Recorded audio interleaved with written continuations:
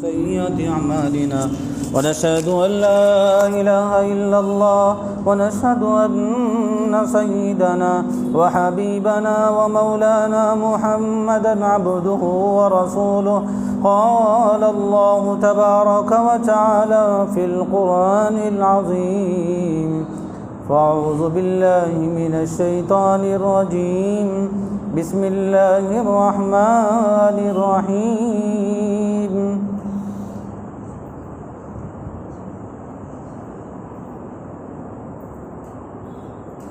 إنه هو الغفور الرحيم. صدق الله العظيم. اللهم صل على محمد وعلى آل محمد وبارك وسلم. اللهم صل على محمد وعلى آل محمد وبارك وسلم. اللهم صل على محمد وعلى آل محمد وبارك وسلم. رب اشرح لي صدري ويسر لي أمري واحلل عقدة من لساني يفقهوا قولي.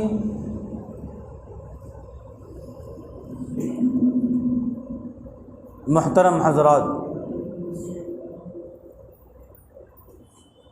اللہ رب العزت والجلال کا بے انتہا شکر ہے کہ اللہ تعالیٰ نے مجھے بھی اور آپ کو بھی مجھے کہنے کی اور آپ کو سننے کی توفیق عطا فرمائی، اور ہم جس موضوع کو لے کر چل رہے ہیں، اللہ تعالیٰ کے نام تقریباً 20 نام اللہ کے ہو گئے.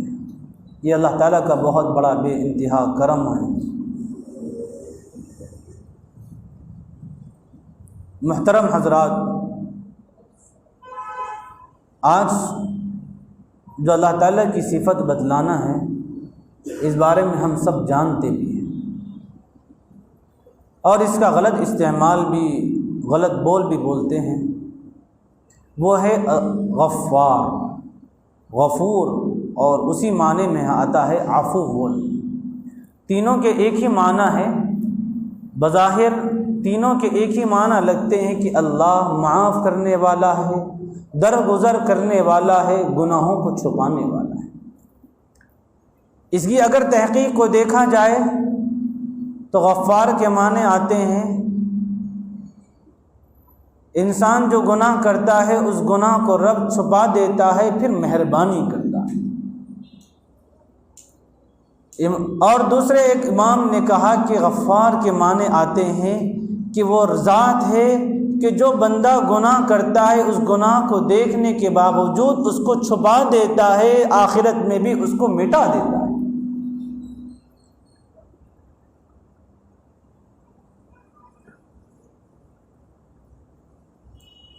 بلکہ مفسرین نے غفار اور غفور اور عفو کے عجیب باریک معنی بیان کیے. غفار کے معنی آتے ہیں وہ ایسی ذات کہ بندہ جو گناہ کرتا ہے اس کو ایسے مٹا دیتا ہے کہ فرشتے بھی اس گناہ کو بھول جاتے ہیں. غفور کے معنی آتے ہیں کہ وہ ذات کہ جو انسان خود گناہ کرتا ہے اس کے گناہ کو رب ایسے معاف کر دیتا ہے کہ انسان خود جو گناہ کیا ہے اگلی زندگی میں، بلکہ یعنی انسان زندگی گزار رہا ہے، چند دنوں کے بعد وہ خود اس گناہ کو بھول جاتا ہے.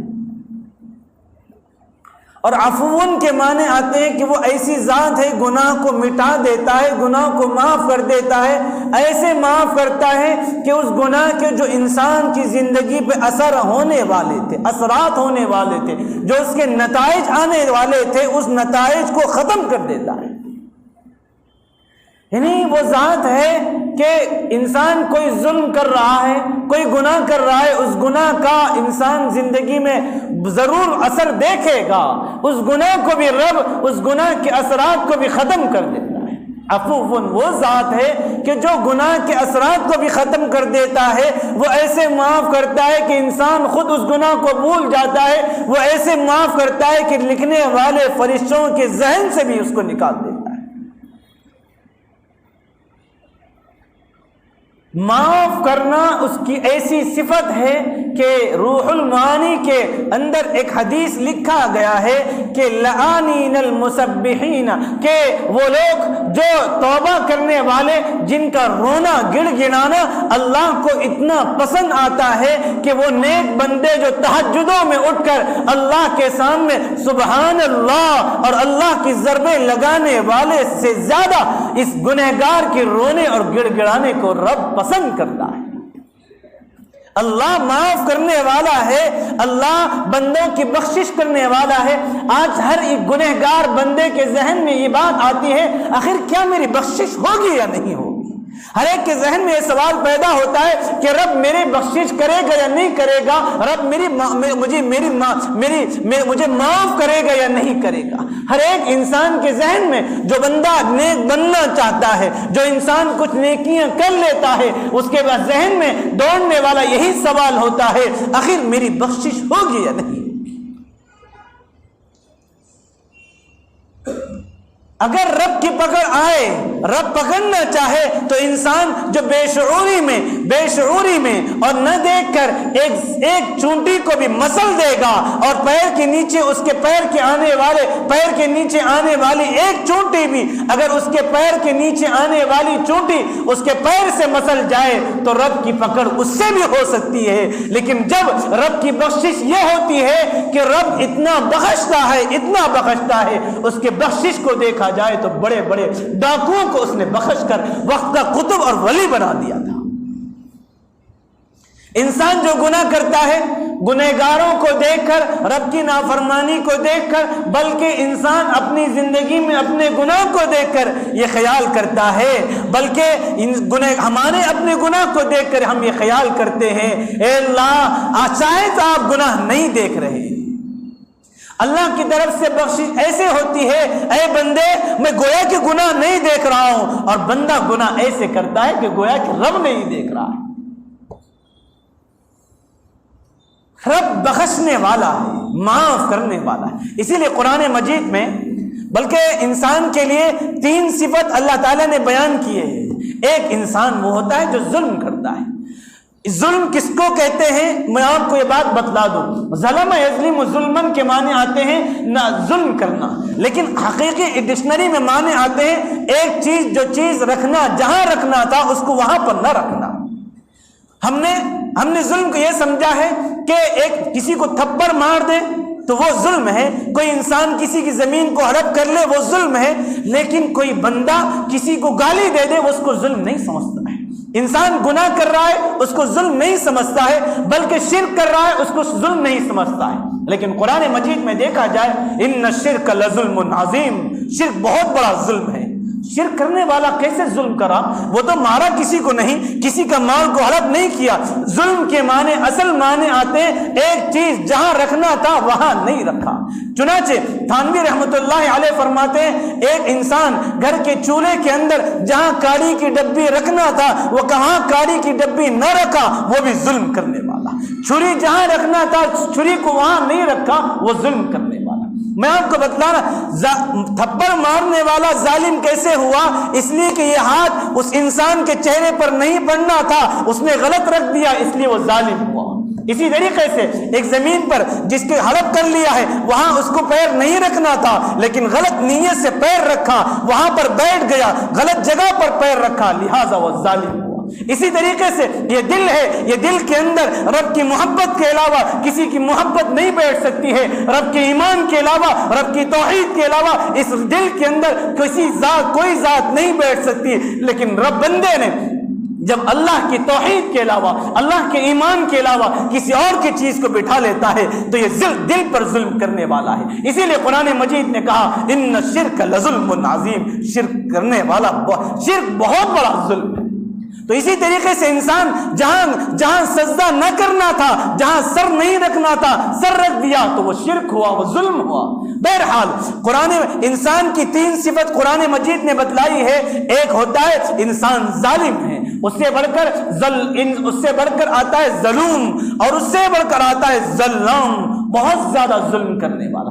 جیسا انسان کی طرف سے جیسے ظلم کی کیفیت، گناہ کی کیفیت جتنا عام ہوتی ہے، اس کے مقابلے میں قرآن مجید میں اللہ تعالیٰ، قرآن مجید میں رب نے اپنے لیے بھی وہی الفاظ، ویسے ہی کیٹیگری کے، وہی لیول کے اور وہی الفاظ استعمال کیا کہ انسان ظالم ہے تو اللہ تعالیٰ نے فرمایا کہ میں غافر ہوں، بخشنے والا ہوں. اس کے مقابل میں انسان ظلام ہے، ظلم کرنے والا ہے، زیادہ ظلم کرنے والا ہے. اللہ فرمایا تو ظلم میں تھوڑا حد سے بڑھنے والا ہے، تے میری بخشش اس سے بڑھ کر ہے. تو ظلام ہے تو میں غفار ہوں. ایسے ہی انسان اور ظلم کرتا ہے، غفور کے ظلم کے بہت زیادہ ظلم کرنے والا. اللہ فرما رہے تو جتنا ظلم میں، گناہ میں آگے بڑھے گا، غفور میں بہت بخشنے والا. تو اللہ کی بخشش بہت زیادہ عام ہے کہ اللہ تعالیٰ کی رحمت بندوں کے لیے رحمت کے بخشش کے بہانے ڈھونڈتی ہے. یہ دیکھیے اس بات سے آپ اس بارے میں یہ نہ سوچیں کہ ہمارے معاشرے میں یہ بات بھی عام ہے، انسان پلاننگ کر گناہ کرنے والا بھی کہتا ہے کہ اللہ بخشنے والا ہے. پلاننگ کر گناہ کرنے والے کے لیے رب بخشنے والا نہیں ہے بلکہ قہار ہے، اللہ منتقم ہے، اللہ پکڑنے والا ہے. وہ انسان جس سے نہ چاہتے ہوئے غلطی ہو گئی اس کے لیے بخشنے والا ہے. لیکن ہمارے معاشرے میں ہم تو پلاننگ سے گناہ کرتے ہیں اور ہم سوچتے ہیں کہ کیا کیسے کرنا ہے اور پھر اس کے بعد گناہ کرتے ہیں. ایسے گنہگار کے لیے بخشنے والا نہیں ہے. لہذا وہ لوگ جو گناہ کر کہتے ہیں کہ نہیں اللہ بخشنے والا ہے، وہ اس رب کے نام کا غلط استعمال خدا را نہ کرے.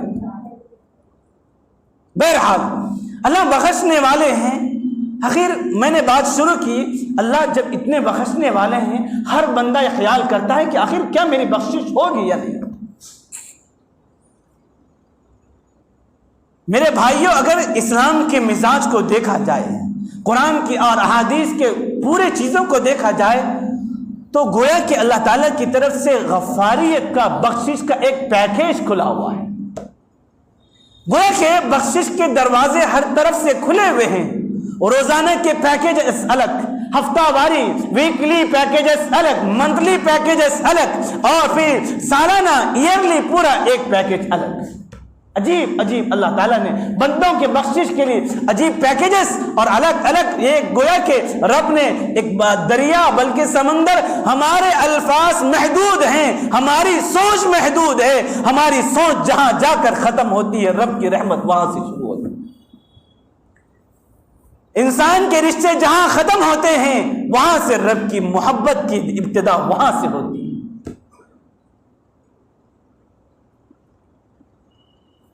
اس لفظ پر ایک واقعہ میں بتلا دوں حضرت موسیٰ علیہ السلام کا، کہ حضرت موسیٰ علیہ السلام کے زمانے میں لمبا واقعہ ہے، مختصراً اشارہ کرتے ہوئے چلوں گا.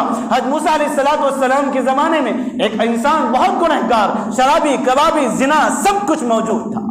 اس نے سب گناہ کیے.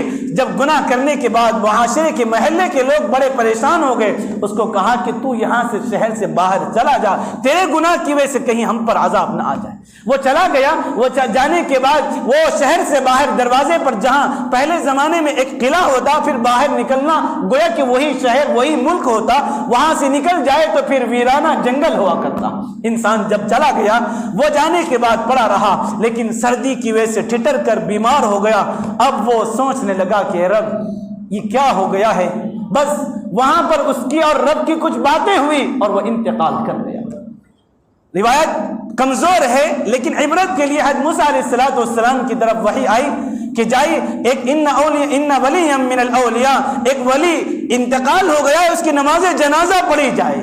حضرت موسیٰ علیہ السلام اللہ کے حکم کے بنا پر وہاں پر پہنچے. وہاں پر پہنچنے کے بعد دیکھا تو پھر اس انسان کو دیکھا تو اس کے بارے میں شک ہوا. لوگوں میں اعلان کر دیا، لوگوں ایک ولی اور قطب کی نماز پڑھنا ہے. لوگ آ کر دیکھے تو پریشان ہوئے، یہ کیا ماجرا ہے؟ موسیٰ علیہ السلام آپ سے غلطی ہو گئی، یہ تو فاسق تھا، یہ فاجر تھا، ہم اس سے بیزار ہو کر ہم نے اس کو علاقے سے باہر کیا. آپ کس بات کا اعلان کرتے ہیں؟ نیک آدمی کا اعلان کرتے ہیں. یہ تو بہت برا تھا، ہم اس سے بیزار ہو گئے ہیں. حضرت موسیٰ علیہ السلام نے کہا ہاں مجھے بھی خیال آیا تھا، لہٰذا حضرت موسیٰ علیہ السلام نے رب سے کلام کیا تو اللہ تعالیٰ کی طرف سے حکم آیا، موسیٰ ان کا کہنا برابر ہے، ان کا کہنا برابر ہے، یہ گنہگار تھا لیکن جب شہر سے باہر ہوا سردی کی بنا پر، جب اس نے دیکھا کہ میرے اطراف دائیں بائیں نہ میرے رشتہ دار ہے، میرا دوست نہیں ہے، میرا کوئی بھی نہیں ہے، وہ للچاتی ہوئی نگاہ سے میرے آسمان کی طرف دیکھا اور کہا رب کوئی نہیں ہے، نہ میرے رشتہ دار ہیں، نہ دوست احباب ہے، نہ میری بیماری میں کوئی مدد کرنے والے ہیں، اے رب اگر میں معافی چاہتا ہوں تیری بادشاہت میں کمی آتی ہے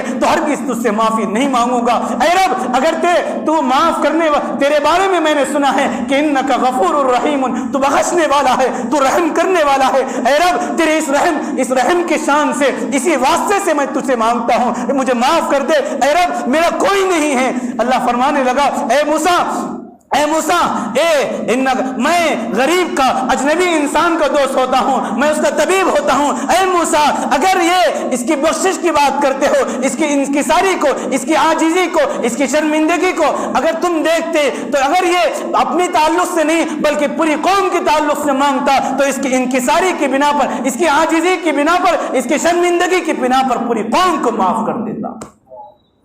اے لوگوں اللہ بخشنے والا ہے لیکن جان بوجھ کر گناہ کرنے والوں کو نہیں، پلاننگ کر کر گناہ کرنے والوں کو نہیں بلکہ غلطی سے گناہ ہونے والوں کی مغفرت کرتا ہے۔ آقا سیدنا محمد رسول اللہ صلی اللہ علیہ وسلم میں نے بات بتلائی کہ اللہ تعالیٰ کے ہاں پیکیجز ہیں کیسے ہیں۔ آقا سیدنا محمد رسول اللہ صلی اللہ علیہ وسلم نماز سے پہلے بیٹھے ہوئے ہیں، ایک صحابی آتے ہیں اے اللہ کے نبی مجھ سے گناہ ہو گیا ہے، میں توبہ کرنا چاہتا ہوں، معافی چاہتا ہوں۔ اللہ کے نبی نے فرمایا کہ بیٹھ جاؤ، اور پھر دوسری مرتبہ پھر انہوں نے کہا کہ اللہ کے نبی گناہ ہو گیا ہے، میں توبہ کرنا چاہتا ہوں، آپ نے فرمایا کہ بیٹھ جاؤ۔ پھر تیسری مرتبہ کہا کہ اللہ کے نبی گناہ ہو گیا ہے، میں معافی چاہتا ہوں، توبہ کرنا چاہتا ہوں، آپ نے فرمایا کہ بیٹھ جاؤ۔ تیسری صحابی کہتے ہیں کہ تیسری مرتبہ کچھ غصے سے کہا آپ نے تو میں خاموش بیٹھ گیا۔ پھر جب آپ صلی اللہ علیہ وسلم اچانک نماز کا وقت ہوا، نماز کے لیے کھڑے ہو گئے، نماز ہو گئی، نماز ہونے کے بعد پھر میں متوجہ ہوا اے اللہ کے نبی گناہ ہو گیا ہے، میں معافی چاہتا ہوں۔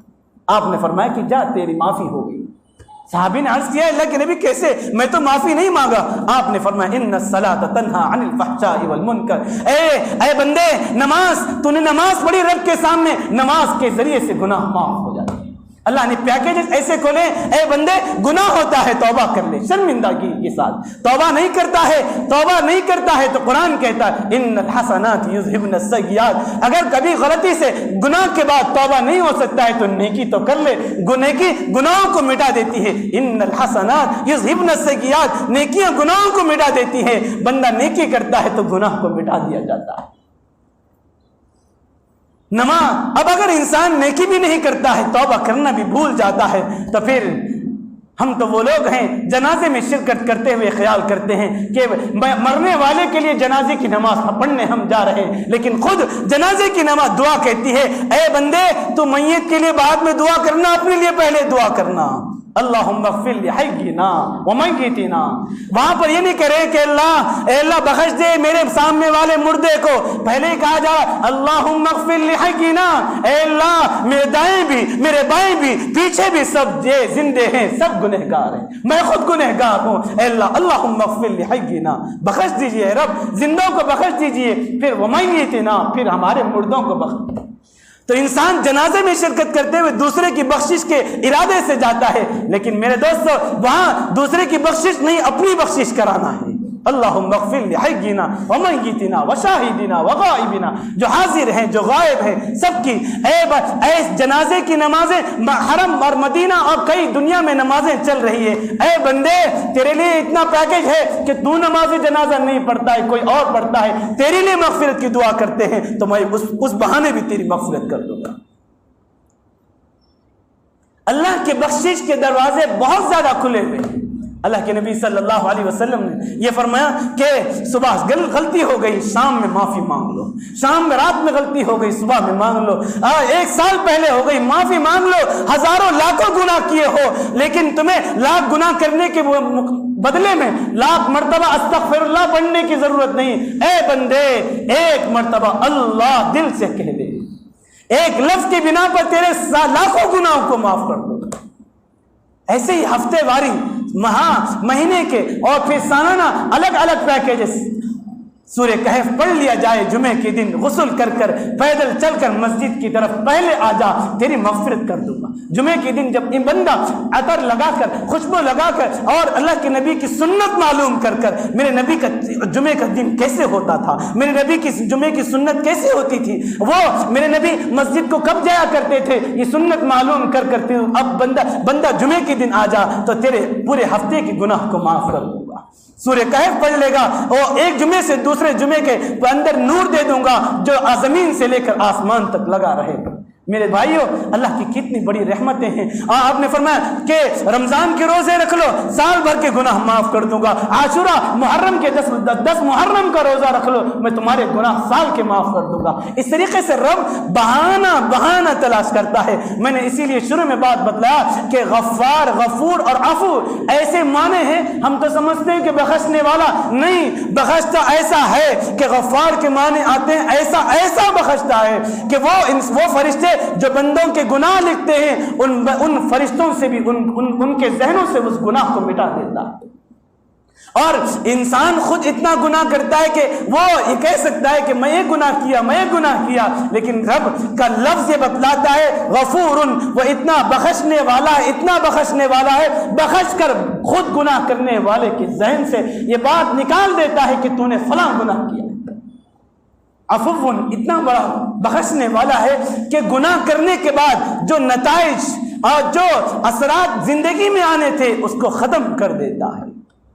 میرے بھائیوں، اللہ بہت بخشنے والے ہیں، لیکن شرط یہ ہے کہ ہم جان بوجھ کر اور پلاننگ کے ساتھ گناہ نہ کریں. غلطی سے ہو جائے تو رب بخشنے کے لیے تیار ہے، لیکن وہ انسان جو اللہ کے لفظ کو غلط استعمال کر کر اپنے آپ کو کہے کہ نہیں رب بخش دے گا، نہیں بخشے گا، ضرور پکڑ کرے گا. بہرحال آقا سیدنا محمد رسول اللہ صلی اللہ علیہ وسلم کی احادیث کو دیکھ لیا جائے تو ایک موقع پر ایک روایت کے اندر پتہ چلتا ہے، ایک عورت آتی ہے اور عرض کرتی ہے کہ اللہ کے نبی گناہ ہو گیا ہے. آپ نے فرمایا کہ توبہ کر لو، معاف ہو جائے. پھر ایک مرتبہ کہا اور نہیں اللہ کے نبی گناہ بہت بڑا ہو گیا، توبہ. آپ نے فرمایا کہ توبہ کر لو. تیسری مرتبہ کہا کہ نہیں بہت بڑا گناہ ہو گیا ہے، توبہ کا. تو آپ نے فرمایا کہ توبہ کر لو. چوتھی مرتبہ کہا اے اللہ کے نبی بہت زیادہ گناہ ہے کہ توبہ سے معاف ہو جائیں گے. اللہ کے نبی نے کیا حدیث کا مفہوم ہے اور الفاظ کا جو خلاصہ نکلتا ہے، آپ نے فرمایا کہ بندے تو گناہ کرتے کرتے تھک جائے گا، رب معاف کرتے کرتے نہیں تھکے گا. بہرحال میرے بھائیوں، بتلانا یہ ہے اللہ بخشنے والے ہیں، بڑے بخشش کے دروازے کھول کر رکھے ہیں، روزانہ کے بخشش کے دروازے ہیں. کتنی بڑی چیز ہے. رب کہتے ہیں کہ 5 وقتہ نماز پڑھ لو، ایک نماز سے دوسرے نماز کے دوران میں گناہ کو معاف کر دوں گا. احادیث بھرے پڑے ہیں. کوئی بندہ 5 وقت پانی نہاتا ہے تو کیا اس کے جسم پر کوئی میل رہتا ہے؟ اللہ کے نبی نے اپنے امت کے لوگوں کو کیسے کیسے مثالوں سے سمجھا کہ لوگوں مسجد کی طرف آؤ، 5 وقت پڑھ لو. 5 مرتبہ پانی نہاؤ گے تو جسم میں میل رہے گا؟ نہیں رہے گا. 5 وقت نماز پڑھ لو گے تو کیا تمہارے گناہ باقی رہیں گے؟ نہیں رہیں گے. اسی لیے میرے بھائیوں، روزانہ کے پیکیج الگ اور ہفتے کے الگ، مہینے کے الگ، سالانہ الگ. میرے بھائیوں، کچھ نہیں ہو سکتا ہے تو کچھ نیکیاں تو کر لیا جائے. اللہ کی نافرمانی سے بچنے کی کوشش کریں. پھر میں کہتا ہوں خدارا پلاننگ کر کر گناہ کرنے والے اور سوچ کر پلاننگ کر کر سوچ کر اور جمگٹا کر کر ہم وہاں فلاں جگہ جا کر گناہ کریں گے، یہ سب جو کہتے یہ پلاننگ کر کر پھر کہتے ہیں کہ اللہ بخشنے والا ہے، وہ اللہ کے نام کی توہین کرتے ہیں، اللہ کے نام کا مذاق کرتے ہیں. اسی لیے اللہ بخشنے والے ہیں، ضرور بخشنے والے ہیں. ایسے لوگوں کو جو پلاننگ نہ کر کر غلطی سے غلطی ہو جائے تو معاف کیا جاتا ہے. بہرحال یہ چند باتیں تھیں، بس اللہ تعالیٰ بہت زیادہ بخشنے والے ہیں. یہی کہنا ہے، اللہ سے نا امید ہونے کی ضرورت نہیں. اللہ بہت بہت بہت بخشنے والے ہیں. بخشنے کی کیفیت کو دیکھنا ہو تو پچھلے زمانے کے ڈاکوؤں کو دیکھ لا جائے اور اللہ کی بخشش کو دیکھا جائے تو اللہ بڑے بخشنے والے ہیں. اللہ ہم سے بس یہی اللہ سے اس نام کی برکت کا واسطہ لے کر ہم سب مجموعہ یہ دعا کرتا ہے، اے اللہ ہم سب کو بخش دیجئے اور اپنی جنت الفردوس میں اعلیٰ مقام عطا فرما دیجئے. آقا سیدنا محمد رسول اللہ صلی اللہ علیہ وسلم کے قریب میں ہمیں جگہ عطا فرما دیجئے. وآخر دعوانا الحمدللہ رب العالمین.